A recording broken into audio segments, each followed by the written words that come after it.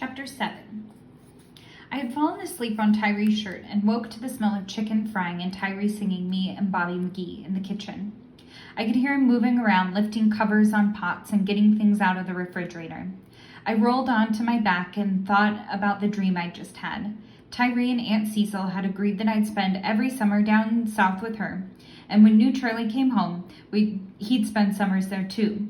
The first summer I went, Aunt Cecil had pointed me down the path that led to a stream chock full of rainbow trout. I had been dreaming about that stream, about trout jumping up onto the fishing pole Aunt Cecil had given me. In the dream, the fish wiggled and wiggled, their rainbow scales flickering in the sun. I pulled a fish off my line and let it dance its last dance against the bank, then put it in a pail half filled with water. I was carrying the fish back up to Aunt Cecil, and she was going to fry him up. Then a shadow came over the path, and when I looked up, I saw new Charlie standing there, frowning down at me. He knocked the pail out of my hand, and the fish lay on the ground between us, its eyes wide and glassy. When I opened my mouth to say something to him, no words came out, and me and new Charlie just stood there. That's when I woke up. It was dark out now, and a steady rain was pinging against the window. Ooh, and something ping, it's hitting and it's making like a ping, ping noise. I wondered where new Charlie was. I wondered if he'd gotten home yet. I'd closed my eyes and tried to remember more stuff about what it was like before he went to Rahway. Sometimes me and him would sit on the stoop waiting for Mama to come home, and he'd tell me about girls who liked him and guys who thought they were bad. Sometimes me and him would get to laughing so hard about something that we couldn't stop. I remember this day we were laughing like that, and Aaron came up on the stoop and asked what we were laughing at. Me and Charlie just looked at each other and busted out laughing even harder.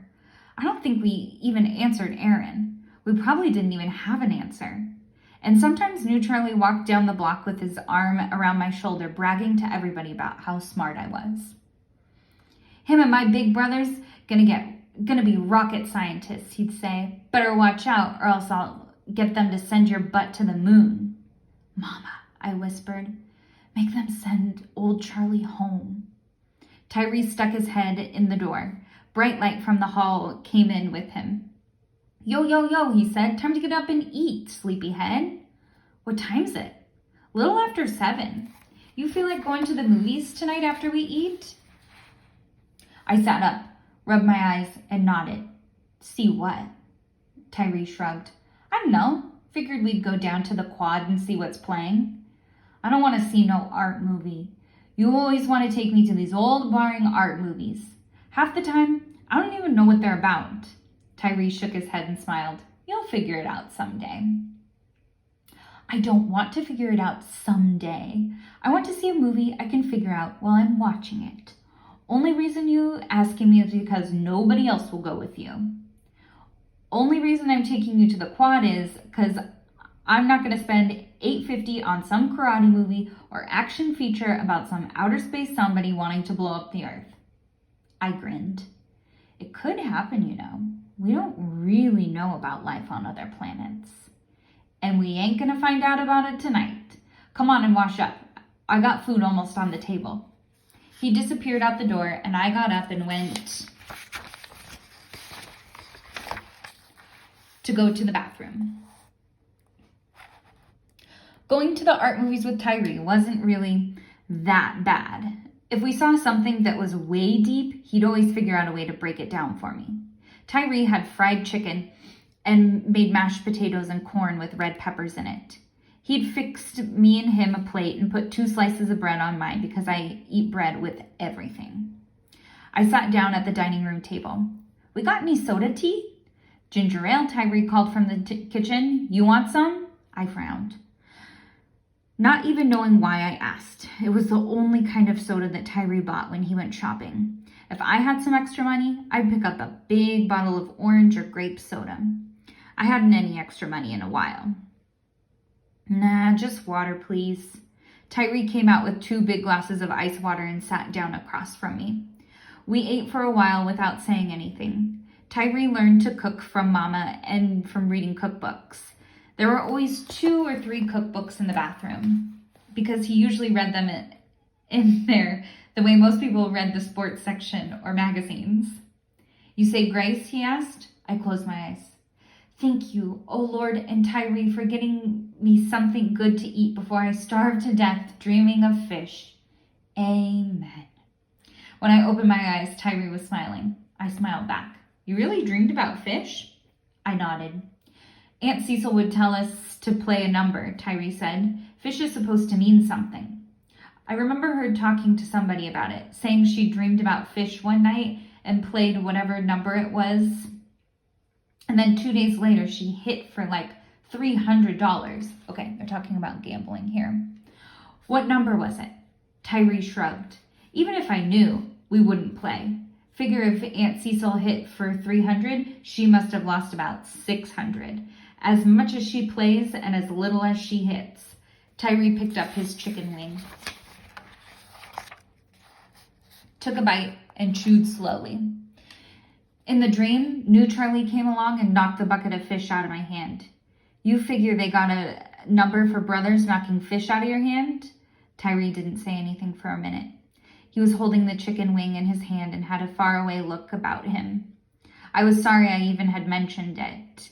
It was only a stupid dream anyways. You know, I don't like you calling him that, Laugh. He calls me worse, and that's who he is anyways. That ain't the same brother that left this house that night. None of us are. But we didn't get evil. I stirred my potato around on my plate, not wanting to look at him. You got quiet, Tyree said. You don't hardly leave the house. I hang with Smitty and PJ sometimes and sit on the stoop. You used to play, Laugh. Well, I was a little kid then. Tyree shook his head. You used to laugh all the time and make jokes and play freeze tag and handball. You used to always have something new to tell me or to show me. You used to go to Poncho's and come back with potato chips and soda and go across the street to talk to people. Poncho don't want us there after Charlie robbed him. Tyree looked at me. You know that's not true. I stirred up my plate. After new Charlie got home, we all went around the corner to Poncho's and Charlie apologized. Poncho said he didn't hold any bad feelings because Charlie had done his time. I loved your mother, Poncho said. You're welcome here. All of you. I don't like candy and stuff anymore anyways, I said. You do too, Laugh. Don't lie. And what about the other stuff? What about how you used to come home and talk about everything you did and saw? I was just a little kid. Little kids do that stuff. Nah, Tyree said. That's not why. I didn't say anything. Tyree thought he knew it all, but he didn't. He didn't know anything. You changed too. I know. I stuck my head into my job, raising you and Charlie. And Charlie, I don't know, he went somewhere inside himself. You see it. See the way he sits there staring off sometimes? When someone goes inside themselves, that means they stop talking, usually because they're hurting inside or they're having like a lot of feelings, and so they'll get really, really quiet. I nodded, remembering all the times I woke to find new Charlie sitting on the edge of his bed with his hands hanging down between his knees, just staring out the window. What's he thinking about anyways, when he stares like that? Tyree shook his head. Maybe Rahway? Maybe Mama? Maybe me and you? He's not thinking about me. At least nothing I'd want to get inside his head and hear. He say where he was going? Tyree asked. He didn't say what time he'd be back either, did he? Nah. You rather I put you in your room and share your room with Charlie? I looked up at Tyree, trying to see if he was mad or serious. His face was calm, like he just wanted... You rather I put you in my room and share your room with Charlie. Okay, sorry, I didn't understand that initially. I looked up at Tyree to see if he was just mad or serious. His face was calm, like he just wanted everything to be over with already. Nah, it ain't so bad anymore. You don't speak to me is all. How come you don't just ignore him? Make like he's not even there. 'Cause he wasn't here for years. I hadn't meant to yell. 'Cause I said, almost whispering, 'cause I want Charlie back. I want my brother. I want him to see me. And I want him not to think I was the reason Mama died. I wasn't the reason. Tyree frowned and stopped eating. He's still saying that? I told that boy No, I lied. He don't say it anymore. But I know he still thinks it. Look, Lafayette. Tyree rubbed his hand over his head and sighed. You weren't the reason. Mama had. I should have called somebody. I should have tried to get her breathing again. I just sat there calling her. I just sat there waiting for her to wake up and knew Charlie knows it. He knows I got scared and froze up.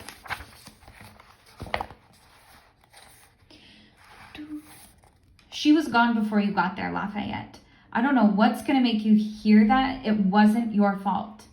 Charlie would have known what to do. Like that time with the dog that got hit by the car. He found some cardboard and put the dog on it, real careful because he said the dog might have some broken bones. Then he got me to help and lift the dog over to the sidewalk. He made me call the animal emergency people. I wanted to stay there, but he made me go, told me to run. I looked up at Tyree. By the time I got back, Charlie was holding the dog's head on his lap. The animal emergency people said that was the right thing to do. And then the stupid dog had to go and die anyways. Tyree nodded. Every day, Charlie would call the ASPCA, that stands for American Society for the Prevention of Cruelty to Animals, to see if that dog was still living. And every night, he'd ask Mama if we could adopt it. Mama said no, because me and her had allergies. And even if we didn't, our building wouldn't allow pets. Then one day, the ASPCA told Charlie that the dog hadn't made it. That's what the guy said. The dog didn't make it. Like the dog was on its way someplace or meeting somebody for lunch. Didn't make it is a stupid way to say something died. Charlie stayed in our room all afternoon. When he came out that night, Mama asked him how he was feeling. Like nothing, Charlie said. I don't feel like nothing anymore. Now Tyree looked at me, waiting for me to say something. I shrugged and stared down at my plate. Mama had been warm that morning, warm like a person sleeping, warm like that dog still like that dog still was when we lifted it over to the curb. And when the stupid doctor told us Mama didn't make it, it felt like nothing too. Like I could just dry up and disappear. I know I told you this lots of times, Tyree said, and I know other people have said it too. But I'm going to keep saying it because I know you need to keep hearing it. There wasn't anything you could have done, Lafayette. Miss Roberts from down the hall came first, I whispered. I was screaming, and she came and banged on the door. I was still screaming, but I got up to let her in. Tyree didn't say anything, so I went on. She tried to blow in Mama's mouth. She told me to call 911. I was crying. I couldn't go at first. I wanted to stay there with Mama. But then you went, Tyree said. I looked up at him. It took me a real long time to come. But you called and they came, Laugh. You called and they came. Me and Tyree sat there staring at our plates. I wasn't hungry anymore. I wanted to be out of the house suddenly, away from that day. I wanted to be in the dark theater somewhere, far away from our apartment, far away from those men carrying Mama down the stairs while Mrs. Roberts held me and cried. Can we go to the movies now, T? Tyree nodded. You want to see a blow up the world movie? I shook my head. Nah, not really. I don't care if I have to think real hard. No subtitles, though. I can stay home to read. I looked up at Tyree and smiled. I tried to smile, and he smiled. I tried to smile back, but my lips felt quivery. Ooh, when your lips are quivery, sometimes they're shaking, and you're afraid that you're going to start crying. So I got up and took our plates to the kitchen, wrapped foil around mine, and put it in the refrigerator for later. Tyree had pretty much finished his. I sat on the couch and tried not to think of anything while Tyree got dressed. The rain was tapping hard against the window. like somebody was trying to get my attention, like somebody was trying to get inside.